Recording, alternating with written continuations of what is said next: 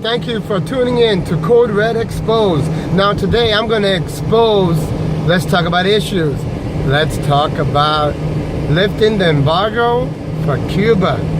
Now everyone says, oh, it's the president, we have to raise the embargo, we don't want no dealings with Fidel Castro. Well, that's more to the issue. And let me let you guys know things that you don't know. Did you know down in South America, we lost our contract deal. It's our contract we had where no other enemy countries can come to those countries and set up base. Well, that contract is over, it expired, we're done. So now we are right now having a nice, what do you call it now? I want to call it a,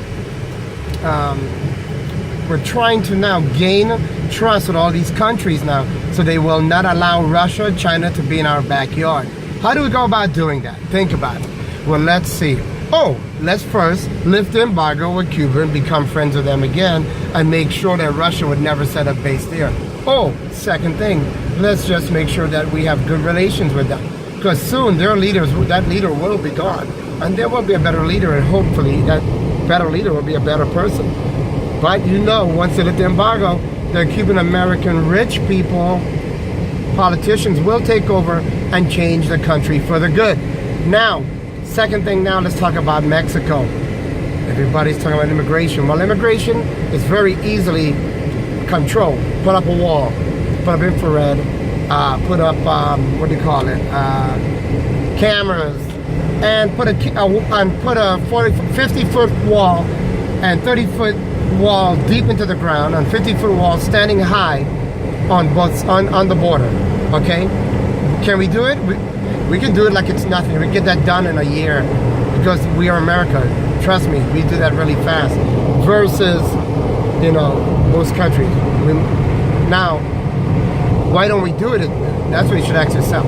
First thing, we are not going to do it, which is because we need good relations with Mexico. Same thing goes back to that contract I told you. We don't want Mexico making dealings with Japan, China, whoever it is, and Russia, and all these countries that consider us as their enemies, because they will set up shop in our backyard. Again, face nuclear weapons towards us, have full control on us.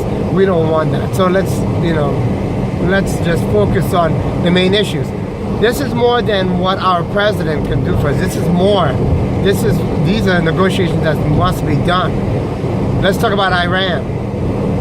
This is more dealings with Iran, like the deal, Iran deal. There's more on top of that. You know, you talking about Russia, who are protecting them, and they're friends of Iran and many other countries. You know, we need to keep good relations with them also.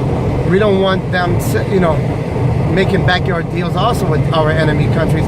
We want to be the ones that's always ahead of them. We always have to be the best. So before you come to your conclusions, think there's always more behind the story, more dealing with our government. Our president is not the only one that controls this country. We have a whole government that controls this country. He's just a puppet, like most of the presidents. They're limited.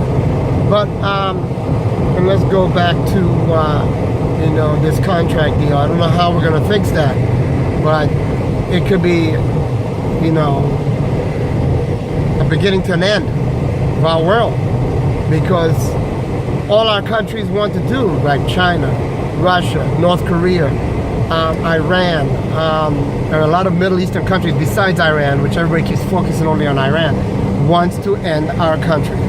They do not like America.